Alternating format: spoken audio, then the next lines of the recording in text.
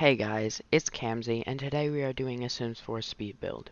So what I originally had in mind for this build was actually not going to be micro home.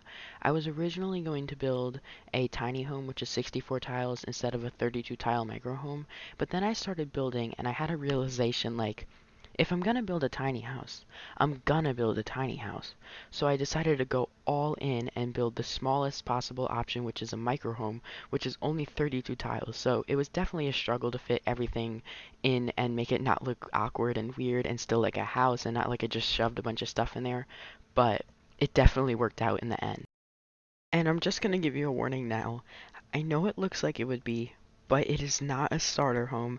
I wound up actually going 10,000 simoleons over my planned budget, which, I mean, I'm very sorry about. So if you want to play in this house, you may have to play a little bit in a different house first and then sell it and buy this one.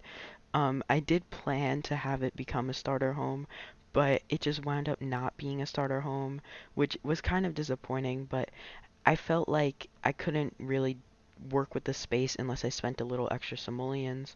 So I wound up going actually more than a little bit of 10,000 simoleons over budget, which I do kind of apologize for, so I'm sorry. But anyways, going back to tiny houses, these tiny houses are so overpowered, it's almost impossible to explain to someone who has never played The Sims 4 before because they give you increased relationship gain, reduced bills, increased skill gain. Like, let's say you meet your neighbor, right, that you've never met before. You can max out your entire relationship by taking one selfie and maybe like saying hi. It's extremely overpowered and it probably should be nerfed. But if you're in like, let's say a scientist career and you want to use the microscope to gain your skills, or any career really, you can max out your skills in like 10 or less minutes, depending on what kind of skill set it is. It's extremely overpowered, but I do recommend getting Tiny Living if you really want to max out your skills really fast for a certain sim, or you have a job that is taking you a little while, or you just don't have much time. And then you can build a tiny house or use this one if you want, I guess. Um, but they're extremely overpowered, and the skill gain is extremely like off the charts. I can't even explain it if you've never played in a tiny house in The Sims 4 because it makes everything happen so fast. You won't even know what hit you. But back on the build. Right now I'm doing landscaping and this takes me a little while because I really wanted the landscaping to make the house look bigger on the outside because it looks really tiny and it's like too small for the lot. So I decided to use some large trees and a bunch of shrubs and bushes just to make the house look a little less out of place and too small for the lot. Right now I'm just like outlining the outside and putting landscaping in.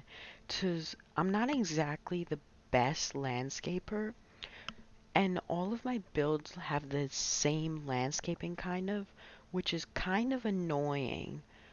But in a video that I'll post on Saturday, I do desert landscaping, and that comes out amazing.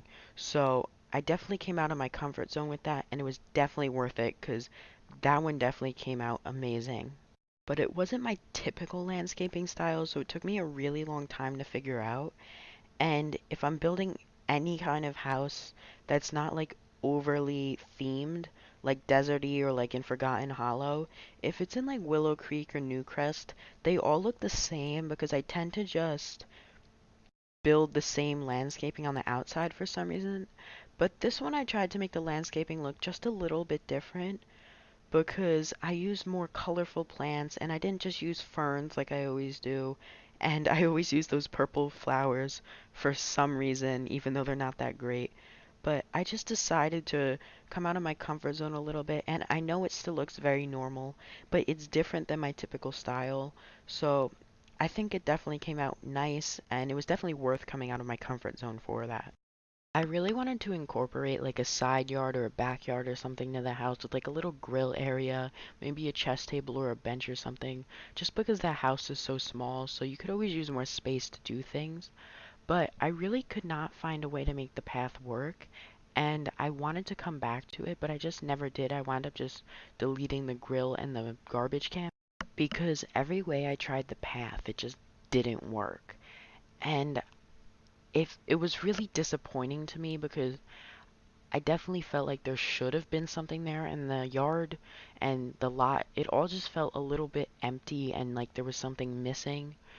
But I kind of just had the solution of let's add more plants, which is what I did. So I just added more and more plants, and in the end, it didn't feel like it was missing that much. It definitely felt like it was missing something, but it wasn't too bad, and it still looked quite nice, and there was plenty of trees and shrubbery and outdoor things, and there was plenty of things to do in the house, so we didn't really need a grill or a chess table or like an easel or anything outside. It would have just been a nice like amenity to have for your Sims, but we wound up just not having it, which it worked in the end, so it was okay.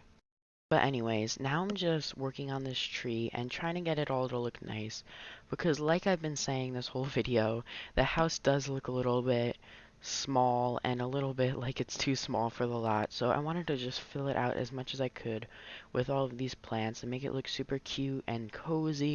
But now we are finally done with the exterior, so we're finally going to move to the interior, which now you can actually see just how small this house really is. When I said it was 32 tiles, I meant it was 32 tiles. It is exactly 32 tiles actually, so I definitely maximized the amount of space for a micro home, but it looks a lot smaller from an overhead view. When you actually have like a sim in here, it has everything it needs. It even has a computer and a TV, so it's not as barren as it might seem, and it'll have everything to fulfill your sim's needs and even more. So it's definitely a good space, and again, more cozy than small. Well, it is small, but it's also cozy. So now you can kind of see I sectioned off that little front bump out on the house, which is actually going to be our bathroom, and you might be thinking, how are you going to fit a bathroom into 4 tiles? Well, if you don't know already, you can actually fit a 4 tile bathroom if you use the shower from University or the shower from Get Together, which is a wall mounted shower, and your Sims can actually walk through the tile like it's not even there. But if you click on the shower on the wall, they can use the shower. So it's perfectly functional and it's perfect for tiny houses or other small spaces. I also tried to use a Murphy bed, which in the end I did wind up keeping it and it wound up working. It's just really awkward. So basically, you have to have your sim go into that little corner, like 2 tile space next to the bathroom, and then put the bed down in order for them to be able to get into bed, or else it'll just block the whole space. So, I mean, it's kind of annoying, but it still works. And in the morning, you have to put the bed up, and you have to make them do it because typically they won't really do it themselves, but you have to just put the bed up after you're in that little corner area and then put it down every morning. So it's a bit annoying, but it's fine. So now I'm just decorating the bathroom a bit more because I felt like it was really empty and like it was definitely lacking something. So I just wanted to put in like a little shower caddy, and I put on a little soap dispenser and a toothbrush holder to the sink. And of course you need toilet paper. But I messed with those two little things there for a little bit until I thought it looked fine.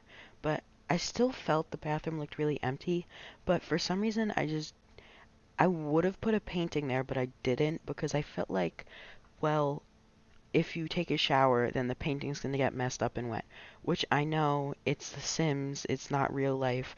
It's just I like to take a little bit of realism with my builds. Um, so I just wound up not putting a painting there. Which I do admit, in the end, the bathroom kind of felt like it was lacking and missing something, but it's fine because it's the bathroom, and I feel like realism I much rather have over a single painting on the wall, because think about it in real life. Would you ever put a painting that could easily get ruined by water next to a running shower? No. So I decided to just get rid of the painting and leave it as is. Now you can see though that like the front part of the house is starting to come together. There's spacing, there's a bathroom, there's the bed slash living room. Um, but it's all coming together. It's looking nice, and I actually forgot to add columns on my build this whole time, which was very silly of me, but I finally did it and it looks worlds better than it did before. Columns really are like magic in The Sims 4. They make everything better. So this is kind of unrelated, but still relevant to the video and my channel. Do you guys think that I should do like a let's play or like a 100 babies challenge or a legacy challenge? Or maybe like do some build videos where it is not split up and it's just normal build videos? Let me know in the comments what you guys think about that because I would really like to, but I'm not exactly sure if you guys would watch them. So just let me know in the comments if you would watch those or not. But now I'm kind of just putting in some clutter and some little like bells and whistles that makes the house just a lot more homey and a little less like empty, and it feels like it was lived in a lot more. Also, now that I think about it, this house is kind of like a rail house style, which basically what that means is that every room goes into the next room. So it's kind of like a rail car if you think about it, where you just walk down and you go into the next room and then you walk back and you go into the next room. There's no hallways or anything. It kind of just all blends together as you walk through the house. I'm not exactly an expert on that, so if you're an expert on that, let me know in the comments if that's how you would correctly describe a rail house. But now we're kind of working on the kitchen, and I would have really liked to use that giant cabinet, but I wouldn't have been able to fit a table and a desk that way, so I decided to just not use it, I guess. But it would have been really nice and looked a lot better, but it just wound up not working in the end. As you can see, I kind of went through a couple different desks until I found this cute desk from Dream Home Decorator that I really liked because there's not many small desks that would fit such an awkward space as that.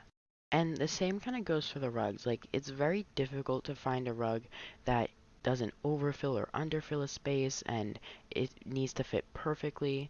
But now I'm just putting a rug under the dining table instead, and I'm not going to put a rug under the desk just because I honestly could not find a rug that worked under the desk.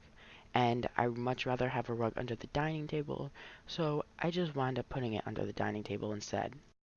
And honestly, I really hope the Sims team adds some kind of like different sizing up and down system, like almost like if you drag a text box instead, which I understand that's probably very difficult to implement, so I would never expect it. That's just kind of like, I guess, my dream feature in The Sims. Well, not necessarily my dream feature, but one of my very many dream features in The Sims. But now I'm just adding like plants and decorations and little cute clutter things. But honestly, this is off topic but on topic at the same time.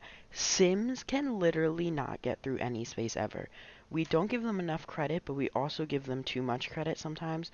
Because I thought that it would have been able to walk through into the dining table through by that plant, right? Of course not. No, it can't get by.